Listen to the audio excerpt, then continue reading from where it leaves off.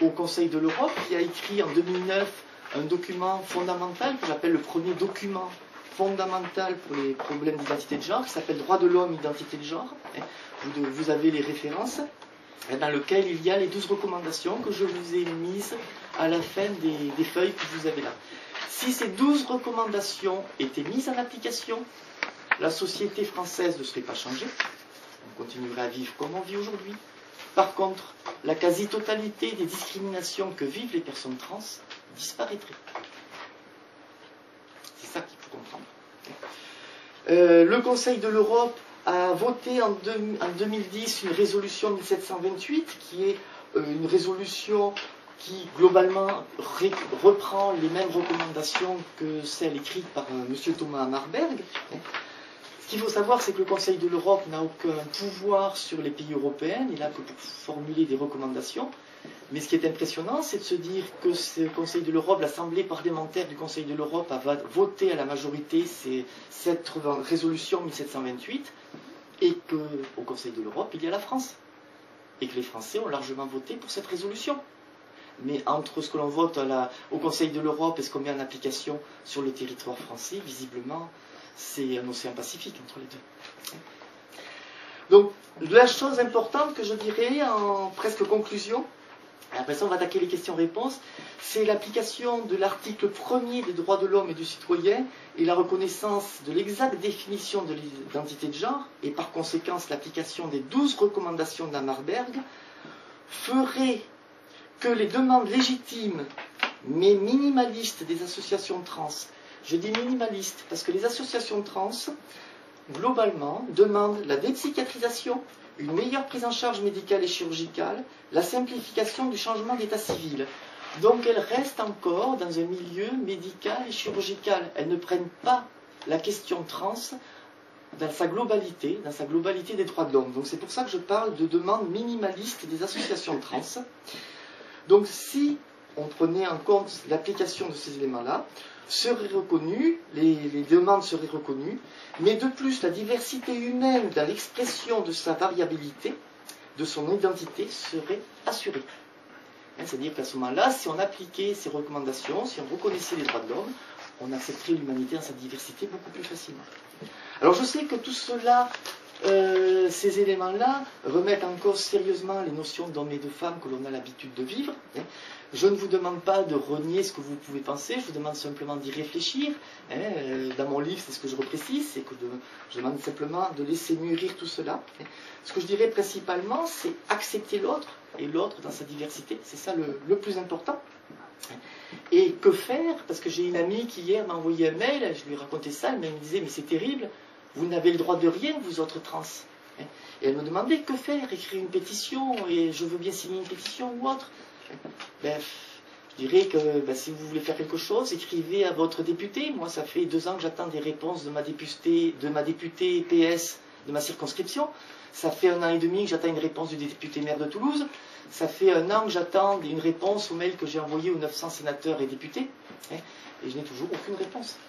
Donc vous pouvez toujours le faire. Chaque personne qui envoie un courrier va faire bouger les choses, diffuser le bon message. Et pour finir, je vais quand même vous raconter c'est pas une anecdote. J'ai mon amie Fabienne, dont je parle dans mon livre sous l'initiale F, qui a été la première personne à qui j'ai pu en parler, qui m'a soutenu, qui m'a apporté beaucoup. Si elle a été là, je lui dois beaucoup de choses pour avoir la chance d'être avec vous. Et c'est quelqu'un qui a toujours été très binaire, qui a toujours considéré que pour être un homme, il fallait avoir un pénis, pour être une femme, il fallait avoir un vagin, et qui a toujours classé les hommes dans une catégorie de travail, les femmes. Donc vraiment très, à la limite je dirais caricatural, mais qui malheureusement existe encore beaucoup. Et elle m'a dit cela il y a une quinzaine de jours. Elle m'a dit cette phrase. Tu sais Delphine, tu sais ce que je pensais. Un homme est un homme, une femme est une femme. Un changement d'état civil ne peut se faire sans qu'il y ait une transformation des organes génitaux. Et puis, j'ai réfléchi. J'ai ouvert les yeux en t'écoutant, en lisant ton livre. L'important est que la personne soit elle-même, heureuse et vive. Qu'avons-nous à faire de sa vie intime? Pourquoi lui refuser son droit à vivre? J'ai trouvé magnifique qu'elle me dise ça. Parce que justement, elle partait de loin comme je partais moi aussi.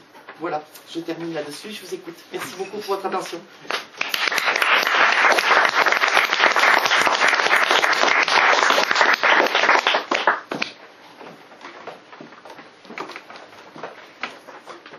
Avez-vous des questions?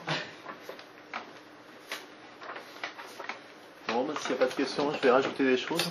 Alors, une opération de réassignation sexuelle actuellement en France est facturée 23 500 €.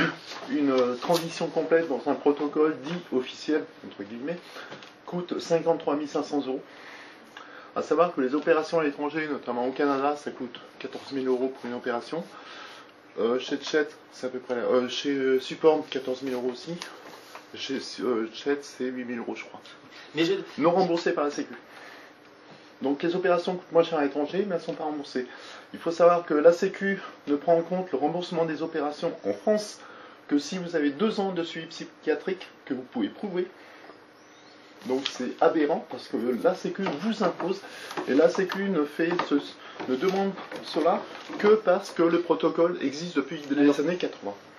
Pour répondre à ce que tu dis, c'est juste, mais en parlant de ça, bon, c'est bien, ça peut être intéressant d'en parler pour les personnes qui ne connaissent pas, parce qu'en effet, le coût d'une transition facturée par les équipes autoproclamées à la sécurité sociale, qui sont remboursées, coûte une fortune à la sécurité sociale, pour des résultats en plus chirurgicaux qui ne sont pas adaptés, parce que quand vous comptez, si vous rajoutez plusieurs années de suivi psychiatrique avec les consultations psychiatriques tous les 2 mois, les suivis endocrinaux qui n'en finissent pas, et avec des bilans incroyables. Ah oui, les endos, donc les endocrinos imposés par le psychiatre. Voilà. Donc, alors que le code de déontologie de la Sécu dit qu'on a un libre choix de choisir ses médecins. Donc, il est important de le savoir, mais ça fait partie des détails justement que j'ai occultés, parce que si on le prend que par ce côté-là, on rentre dans le jeu des équipes autoproclamées, parce qu'à l'heure actuelle, il y a un groupe de travail qui est pas vraiment au repos, mais qui essaie d'étudier le sujet transsexualité pour le groupe de travail au ministère, mais qui serait bien de voir la transidentité dans sa généralité.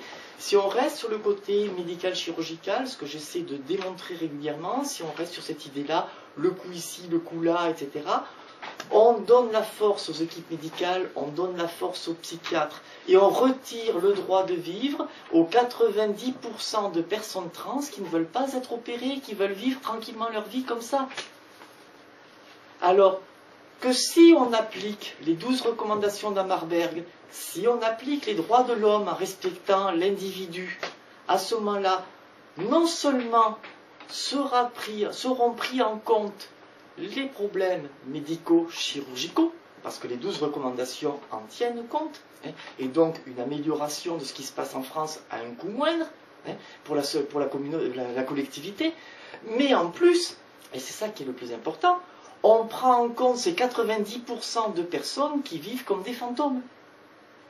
Et c'est là où il faut que les associations trans arrêtent de se polariser sur la dépsychiatrisation, sur le changement d'état civil simplifié.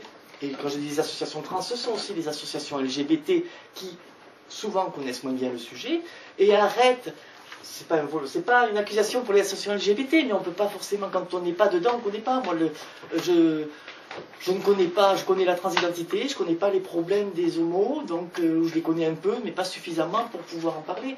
Donc, il faut aller à un étage supérieur pour pouvoir prendre en compte les 100% des personnes trans et ne pas laisser 80 000 personnes sur le carreau. Parce que quand on se retrouve, alors c'est pas le cas des 80 000 personnes trans, il y en a beaucoup qui travaillent et qui ne sont pas opérés et qui travaillent, qui ont trouvé du travail. Tout le monde n'est pas transphobe, il y a des employeurs qui sont très bien. J'ai rencontré au cours de ma transition des personnes qui n'y connaissaient rien et qui m'ont accepté tel que j'étais sans poser de questions. Donc il y en a beaucoup qui s'en sortent bien, mais quand vous êtes face à des gens qui vous licencient parce que vous faites une transition et que vous n'avez aucun moyen de vous défendre, quand vous vous présentez avec des papiers d'identité qui ne correspondent pas, mais chose toute bête, vous allez à la poste avec votre carte d'identité. Rien dire. À Toulouse, ça ne veut rien dire.